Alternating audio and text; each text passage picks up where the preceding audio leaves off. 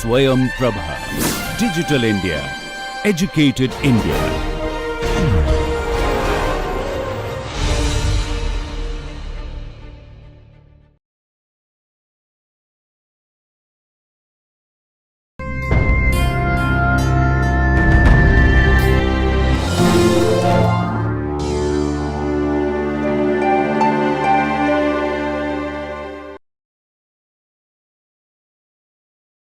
So, welcome once again to our discussion on environmental economics, and in our last class we were discussing about market failure, right?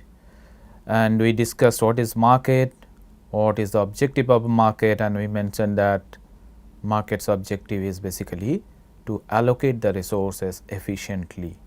What is efficient resource allocation? Wherein goods are produced by those producers who are cost effective and goods are consumed by those consumers who are giving the maximum value to those goods and services. And we said that this efficient allocation of resources will also result in maximum social welfare. But one thing we have to keep in mind, that the market what we are talking about here, that is the competitive market.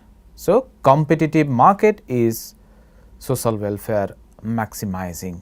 So, that means in an economy, if there is a complete set of market and property right is well defined. So, that means in presence of well defined property right, when the market is complete, that means for each and every transaction, if there is a market, then market will automatically allocate the resources efficiently, and that will result in maximum social welfare. We do not need any omnipotent social planner to actually allocate these resources efficiently. Rather, in absence of market, the task of the social planner would be very difficult, that we have discussed.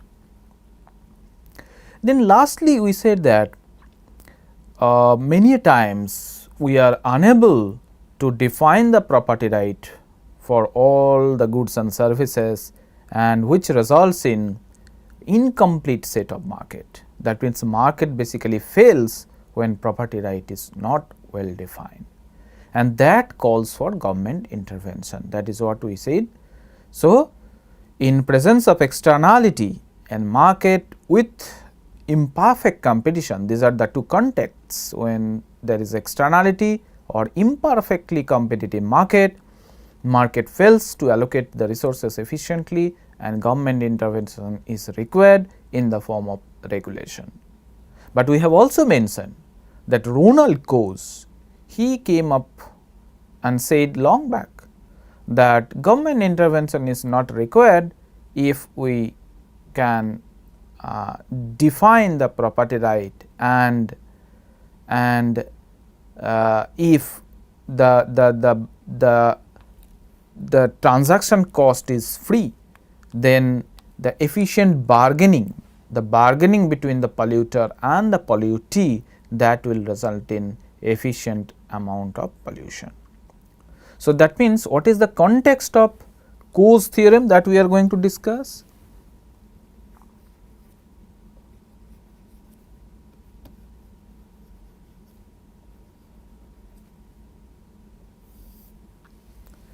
Context is when there is a market failure, in presence of externality, and here we are talking about the negative externality, that means pollution. Why pollution is called a negative externality? Because pollution is generated by someone, it is affecting somebody else for which he or she is not getting compensated. That is why this is a case of market failure which calls for regulation. But Ronald Coase said that we need not have government intervention all the times if we can assign property right either to the polluter or to the polluter and let them bargain, then that bargaining will actually result in efficient level of pollution. And once again I mean, which I have already mentioned long back, that economists' objective is not to curb the pollution at the zero level, rather all these economic policies what we are going to discuss and what we are going to design, the objective is basically to result in efficient level of pollution, because there is null jointness between production of goods and services and pollution. You cannot produce any good or service without producing pollution. So, that is why we all need some amount of pollution to tolerate, because otherwise we cannot have any goods and services to enjoy. That is the reason we know that there is some amount of pollution which will definitely be generated in the process of producing goods and services, but that level of pollution should be efficient. So, what is our objective? Efficient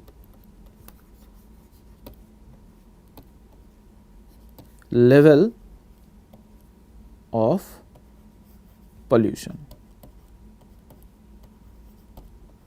That is what we are trying to achieve without government intervention. And what the Coase theorem that assume? Coase theorem basically assumes two things. Firstly, property right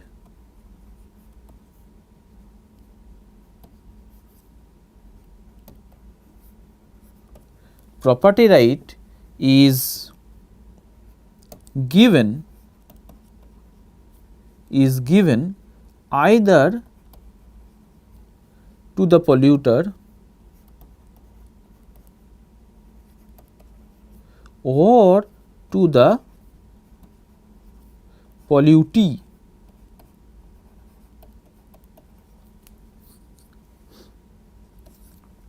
And there is no transaction cost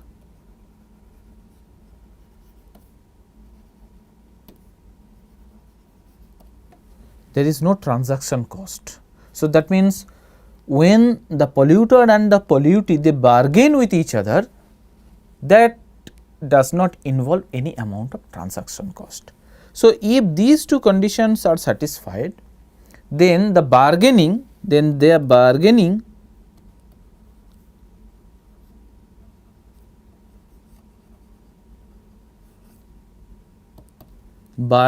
between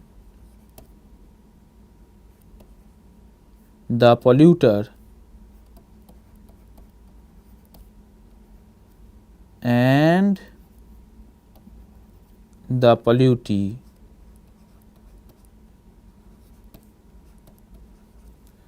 will result in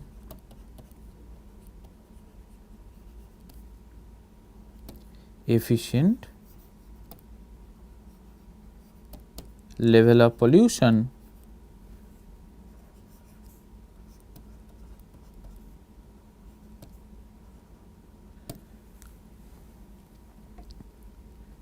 even in absence of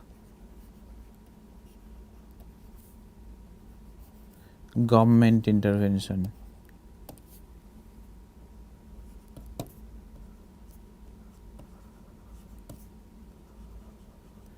Even in absence of government intervention. Okay? Government intervention. And he also said the initial allocation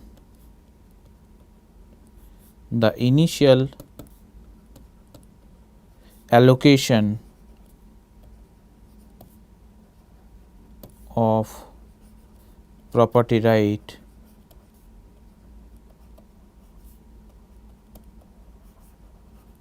does not change this efficient solution. So, that means basically he said it does not matter whether we give the property right initially to the polluter or to the pollutee, it does not matter. He only said we have to give the property right to anyone, we can choose either polluter or the pollutee, and then let this polluter and this pollutee bargain with each other, and that costless bargaining. If the world is transaction cost free, then that will result in efficient level of solution, efficient level of pollution, that is what is said. So, that means on the outset the Coase theorem appears to be very interesting, because at the one hand it says that it does not require any regulation or any government intervention. Polluter and the polluted, they themselves can bargain and reach out in a efficient solution. And it also said that it does not matter to whom we are assigning property right. That means it is quite interesting and surprising also. How come the initial allocation of property right does not matter? So, that is what we are going to explore now with a simple diagram about the beauty of this Coase theorem.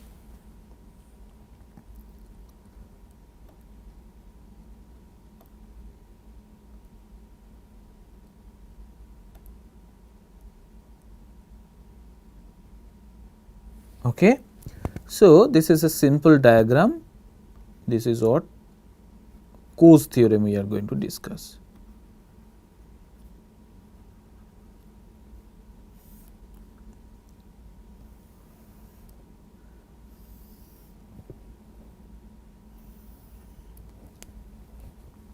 So, in the x axis we are measuring pollution,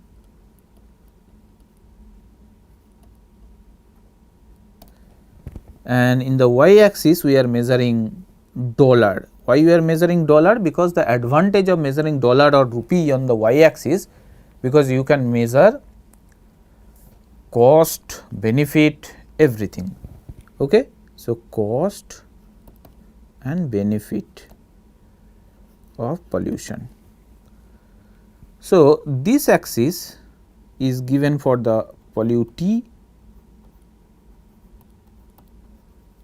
this axis is given for the polluter. Let us say that this is the marginal benefit of pollution. So, this is MB curve, this is the marginal benefit of pollution.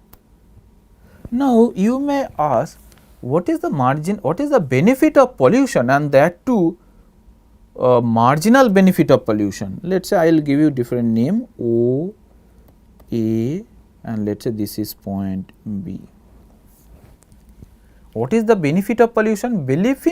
Pollution per se does not have any benefit, but why you are generating pollution? Because actually you are producing goods and services. So, when I am saying that it is the marginal benefit of pollution, actually we mean that it is the marginal benefit of the good that you are producing. Okay. And let us assume also that this is OAB, let us say this is C and let us say this is T. This is marginal cost of pollution. That means, once there is a pollution, you need to control for that pollution, and that is the marginal cost. Okay. All right. So, we will consider two cases. Case 1, where the property right is assigned to the polluter. So, this is case 1. Case 1, where property right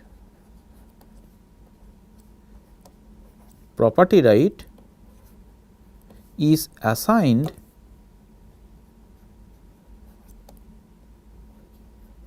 to the polluter.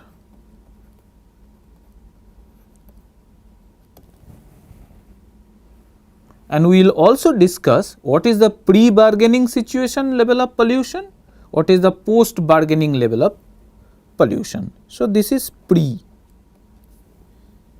Okay. Pre means pre-bargaining level of pollution. So, when there is no bargaining, property right is given to the polluter. So, how much pollution the polluter will generate? Okay. How much pollution the pollution will generate? Can you think of from this diagram? The polluter will make that much pollution wherein the marginal benefit of pollution is positive, and he will stop at a point where marginal benefit of pollution is 0, which is quite simple. As long as MB is greater than 0, MB is positive, polluter will keep on polluting, and he will stop at a point where marginal benefit of pollution is 0. So, that means in the pre-negotiation situation, this is called pre-negotiation or bargaining. Pre-negotiation.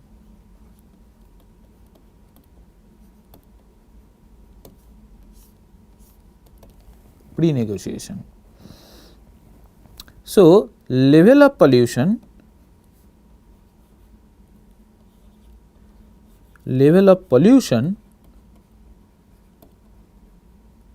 equals to OB, which is quite simple. So, at point B, marginal benefit of pollution is 0. So, that is why the pollution is up to B. Okay. Now, we will calculate benefit to the polluter,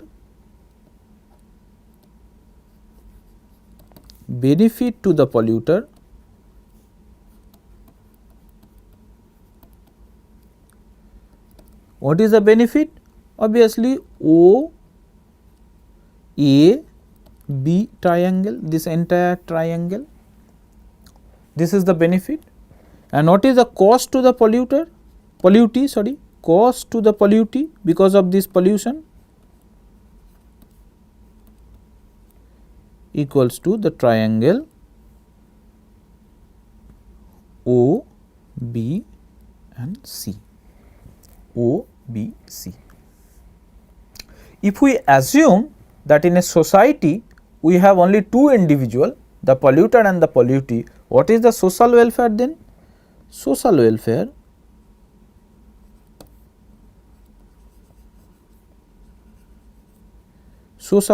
equals to then the summation O A B, this triangle, plus O B C. Okay, this is the social welfare. And since this is a cost, we can actually say that this OBC triangle will have a negative sign. So, ultimately this is OAB minus OBC. So, OAB minus this, because this is cost, that is why negative. Now, whether the net benefit is net social welfare is positive or negative, that depends on the relative size of these two triangle OAB and OBC. We cannot confirmly say anything at this point of time, because we do not know whether the size of this triangle OAB is actually higher than OBC. So, that is the case. So, this is pre-negotiation situation we are discussing for case 1 when property right is assigned to the polluter. Okay. Now, let us say that this is post negotiation situation. Post negotiation.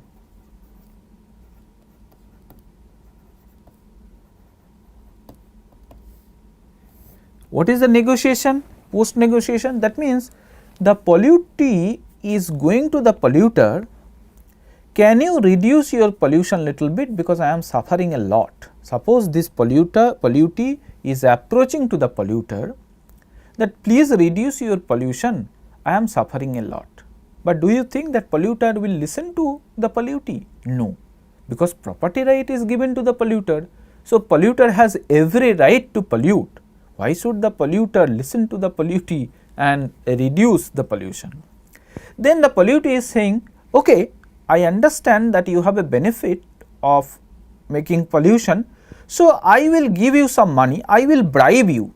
So, pollutee is trying to bribe the polluter for reducing the pollution. So, he is saying that if you reduce the pollution from B to this level, I will give you this much of bribe. Then polluter has no problem, because if he reduce this much, then what is the benefit that polluter is sacrificing? Only this amount, this vertical distance. So, if that is paid, absolutely no problem, because his benefit is derived from the MB curve, and it is beneficial for the pollutee as well, because at this level of pollution the cost to clean the pollution is huge, because that is determined from the MC curve. So, this is the cost, this is the cost. So, while the cost is much higher than the bribe what is required, obviously it is beneficial for both the polluter and the pollutee. Polluter has no problem because he is anyway getting the benefit, and pollutee is also beneficial because the bribe what the pollutee is paying to reduce this much amount of pollution is much lower than the marginal cost of cleaning the pollution. Similarly, again for this amount the marginal cost is much higher than the bribe. So, that means this bribing will continue, because for each of this point this bribing amount is much lower than the cost of cleaning the pollution, and it will stop at this point. Sorry.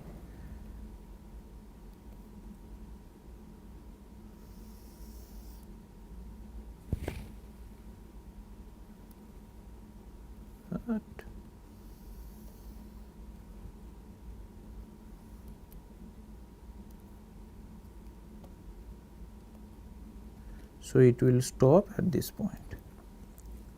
Okay? It will stop at this point. Let us say that this is dm, wherein the bribe is actually equal to the cost of pollution, cleaning the pollution. So, that means dm is actually optimum bribe. Optimum bribe that the pollutee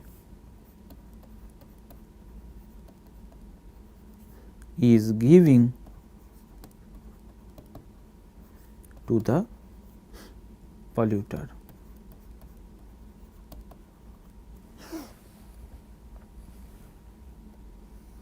Okay. Now, the question is, then at post negotiation what is the level of pollution? Level of pollution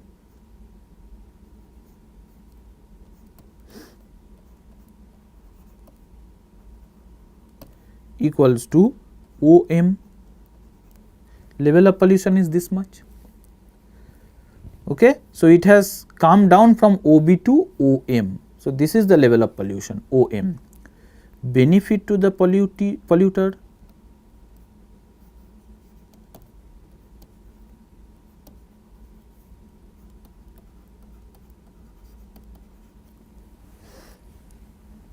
equals to O A D M. This is the benefit, because up to this much you are making the pollution. Okay. So, obviously this is the benefit. Apart from this, is there any other benefit can you think of? This is the benefit the polluter is getting due to its production only. Apart from this, the polluter is receiving some amount of bribe also, right? So, we need to add that amount of bribe with this so as to get the total benefit at the post negotiation period. Then what is the total amount of bribe? This is the total amount of bribe. Let us say this is Q. Since this is the optimum level of bribe and this is the level of pollution what the polluter has reduced, so that means plus B Q D M. This is the total benefit. Okay. While OADM is coming from production, BQDM is coming from the bribe amount. So, this is the total benefit. Fine, this is the total benefit. Now, what is the cost to the polluter? Cost to the pollutee, sorry.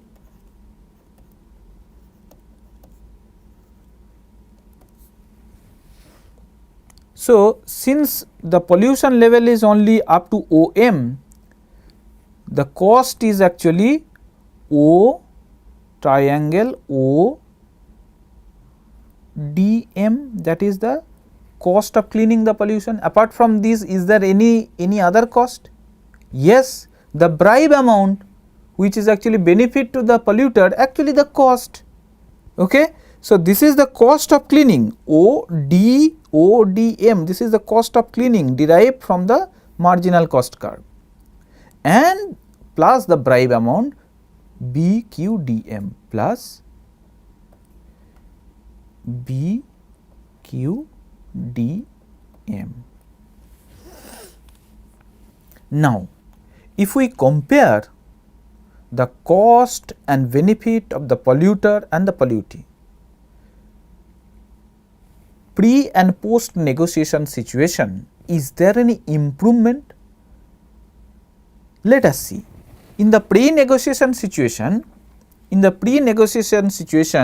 polluter's benefit was, what was the polluter benefit? OAB. Okay. Now, this is OAB, OADM plus this. So, obviously, that means BQD, this is the net benefit to the polluter.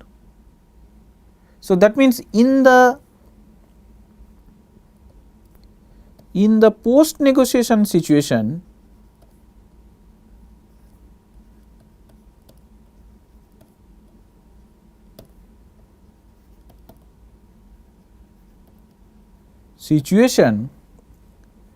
net benefit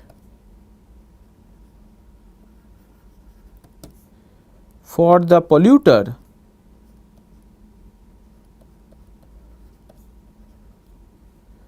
increased by triangle B or DBQ amount. Earlier it was only OAB, now this is OADM plus this. So, that means there is a net benefit which is DQB or DBQ, this is the net benefit to the polluter, increased by DBQ amount. What is happening to the pollutee? Is there any cost saving? In the post negotiation situation,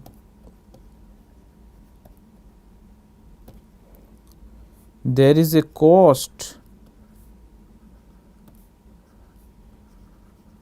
saving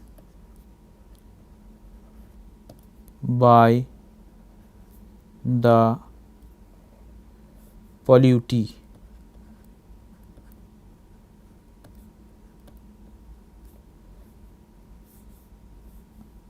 By what is the amount? See, earlier the cost to the pollutee was OBC. Now, this is ODM plus this triangle, that means we can say that ODQB. So, that means this is the amount of cost which is actually pollutee is saving, okay, by DCQ amount. So, that means compared to the pre-negotiation situation, I can say that in the post-negotiation situation, both the polluter and the pollutee, they are better off. If that is the case, we can say that pre-negotiation situation was not efficient, because post-negotiation situation, since in the post-negotiation situation there is a net gain for both the polluter and the pollutee, the post-negotiation situation is more efficient compared to the pre-negotiation situation. Okay, and what is the efficient level of solution, which is OM. So that means OB amount was not the efficient level of solution.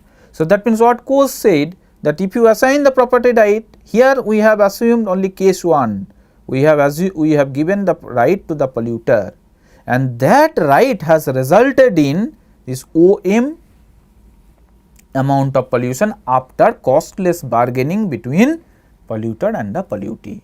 There is a net gain for both the polluter and the pollutee compared to the pre-negotiation situation.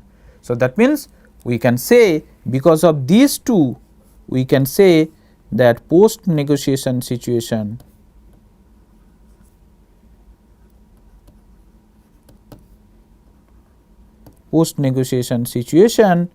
is efficient compared to the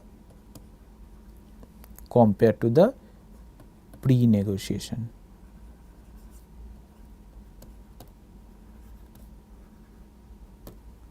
In Pareto sense,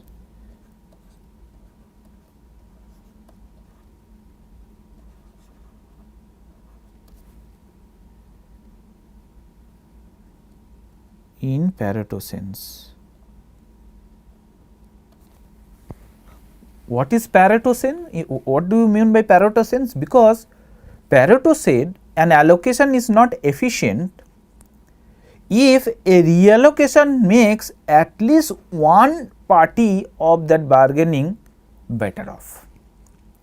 So pre-allocation was OB amount of pollution, that is not efficient, because the post bargaining resulted in OM amount of pollution, which resulted in a situation where both the polluter and the pollutee is better off. That is why in Pareto sense, the post negotiation or post bargaining situation is efficient and resulted in OM amount of pollution, which is efficient compared to the pre-negotiation situation. So this is called efficient level of pollution.